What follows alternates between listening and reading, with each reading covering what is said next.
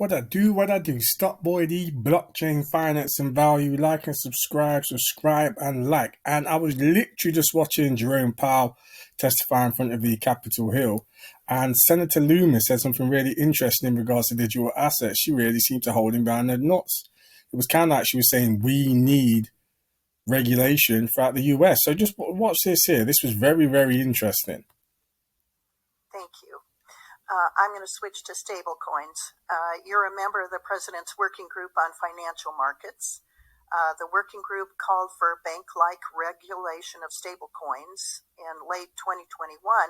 Then on January 3rd of this year, in a joint staff statement, the federal banking agencies stated that even after the bank's capital, BSA, AML, and risk management, a bank issuing a stable coin on a, quote, open, public, or decentralized network is highly likely to be inconsistent with safe and sound banking practices.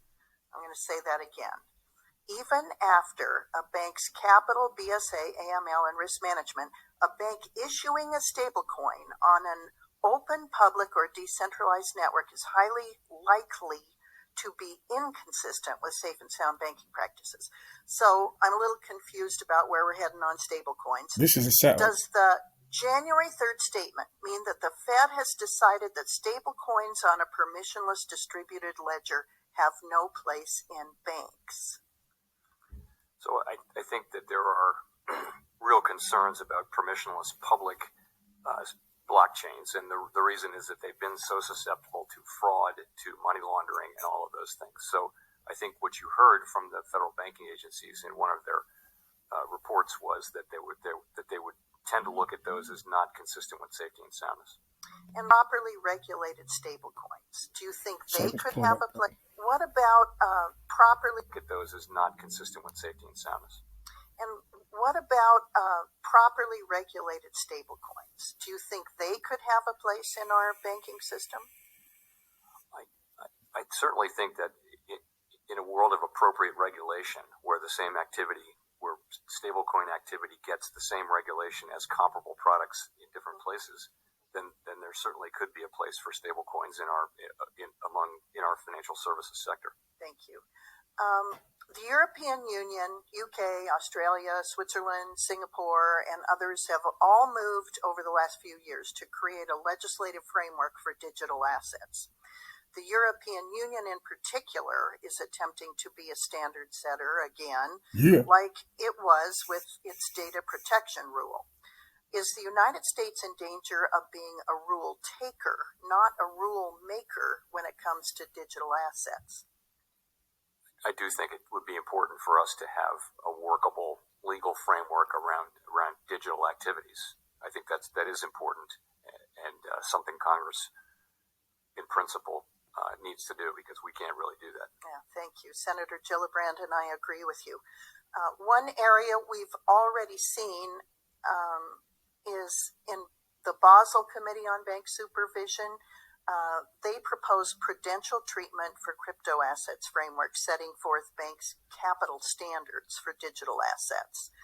The Basel Committee's framework does not impose a capital charge for digital asset custody, whereas the SEC's Staff Accounting Bulletin 121 imposes a prohibitive capital charge through the back door and places consumers at risk in bankruptcy. Similarly, the Basel Committee framework allows banks to issue or hold digital assets on their balance sheet if the requisite capital is set aside. So back to January 3rd, 23, the Fed and other bank regulators have said that it is forbidden for a U.S. bank to conduct these activities no matter the capital. So my question is, what does the rest of the world know about digital asset regulation that we do not, that the Fed does not? So as we discussed, this is an SEC staff accounting bulletin, and it's not something that the Fed issued, and I'd be loath to comment directly on it. The issue is, and what concerns me, is that the Fed and other federal banking agencies are not following international norms on digital asset regulation. That's just my comment.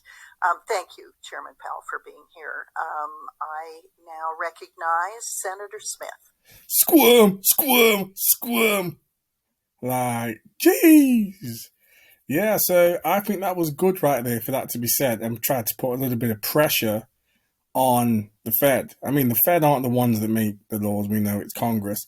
But if their banks had set aside the same amount of money in regards to what is out in terms of digital assets, I don't see why that couldn't